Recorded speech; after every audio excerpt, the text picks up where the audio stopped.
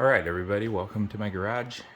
Giving a little update of items I'm working on here today. So what I'm working on the back here is a part of my winter project. Remove the heat shield that used to be here, the factory heat shield. It was rusted and I didn't really like the way it looked with the open rear. It was also rubbing on the diffuser a little bit. So I decided to remove that, and then also added some of the exhaust wrap on this one. Been doing research not to wrap the cat because it can overheat it, so I made a section here, also here, and I'm going to do this in two pieces so that I can remove the exhaust, so there's going to be another piece here. I'm going to end up redoing this one. Ended up having kind of a frayed section here. I'm going to try to either rewrap this with the old section or bring in a new piece so it's a little bit more towards the back there. And upon removing the exhaust, here's the aftermarket exhaust. I found that the hanger is broken. So as you can see, there is a piece that's broken over here that used to connect to here. So I do need to do some repair on that one. One other thing I'm also going to be installing. Oh, here, see, here's the other piece that broken. So it looks like broke right there, and also where that attaches to there. So I'm either going to try to weld this piece back on or fabricate a new piece to go on there. So, and then also one thing I'm going to be installing is a rear tow hook. This one's Inokinetic BB2, so it should install right here, here-ish area like that.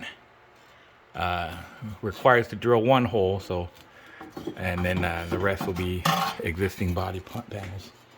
So I'll be installing that, and I always struggle with these metal zip ties to get them tight and to stay tight. I've watched a review of how to make these tight and not come out, so I'm going to go try that. Alright, trying a tip that I saw on YouTube about trying to get these tight. Right now, you know, they're kind of not tight. So they say once you kind of get it snugged up, basically grab it at the end here and then twist it over itself a couple times. So we're gonna grab this one. So you twist it. So got that one, and gonna flatten that end and then grab it again and then twist it again. And this way they get tightened from the act of twisting. Sorry, I'm moving my camera a little bit, but also don't come out. So there you go.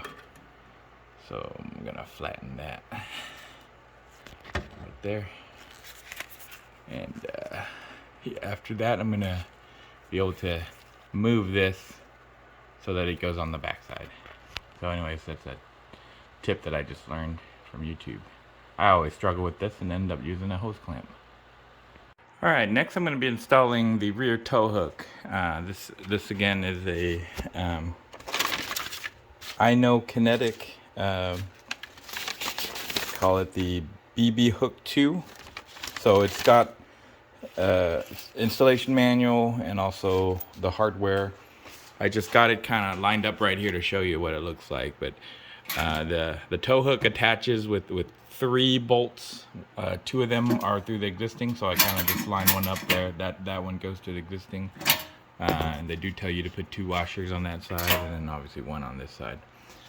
There is another connection right when you remove that. There's another hole, oops, right there, that also a bolt will go through, and you end up drilling one more just up through here.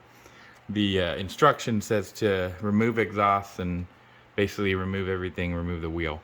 I'm going to try to see if I can do it because I have a little bit more access than I think maybe with the with the rear up sitting on the ground. So I'm gonna try to see if I can drill that hole without removing the wheel or taking this catalytic converter part out. All right, I got it marked per the instruction. It's really this second hole over here, not the first one. The first was a mark I made to measure. So if you put the BB hook up there, and the final install, this part goes on the inside, but if you put it up there, it looked like it should line up with where I have it marked. Oops. Looked like I should have it lined up, so we're gonna go ahead and, yeah, if you look at, should have it lined up right there. All right, so I did have to remove this, and I could just kind of shoved it over. I zip tied it so it wouldn't fall down. I untuck this line from these tabs up here to get it out of the way, and was successfully able to drill the holes. The single hole. I'm gonna start pre-assemble and mount to that right now. All right, installation complete. These two, I got these two bolts in.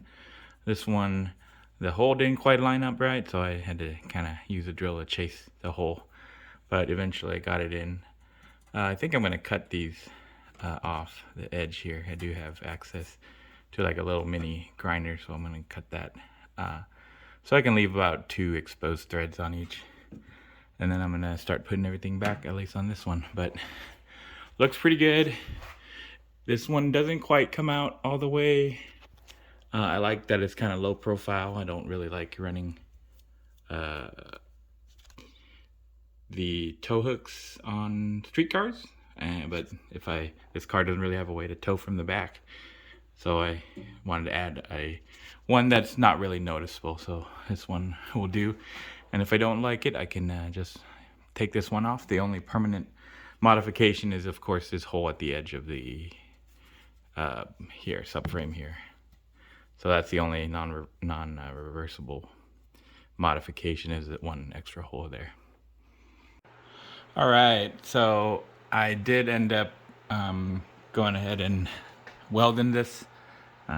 I did not show it on camera, and I'm not real proud of my welds, but got this part welded that broke right here, and then also got that part that broke. Now this is stainless, and I use carbon steel wire, whatever, ER71. So I believe the weld and the heat affected zone will rust, can rust. So I went ahead and put a coat of paint on here. We'll see if this lasts. As you can see, I got it installed, and the tow hook does kind of hit it. If anything, it kind of helps support it. We'll see how that lasts. So worst case, if these repairs don't last, I'll just end up taking this off and fabricating a new piece. But for now, I'm gonna just install and see how it goes. This kind of rubs right there. I'll might have to just kind of rotate it out slightly so it doesn't rub, and or just maybe this can be an additional support onto it. But so I will go ahead and clean up the exhaust and get it mounted back up, but everything fits nice. There you go. Part of me wants to maybe go through here, but I don't think that will fit. I think it just happens to be right there. All right, I got everything back together.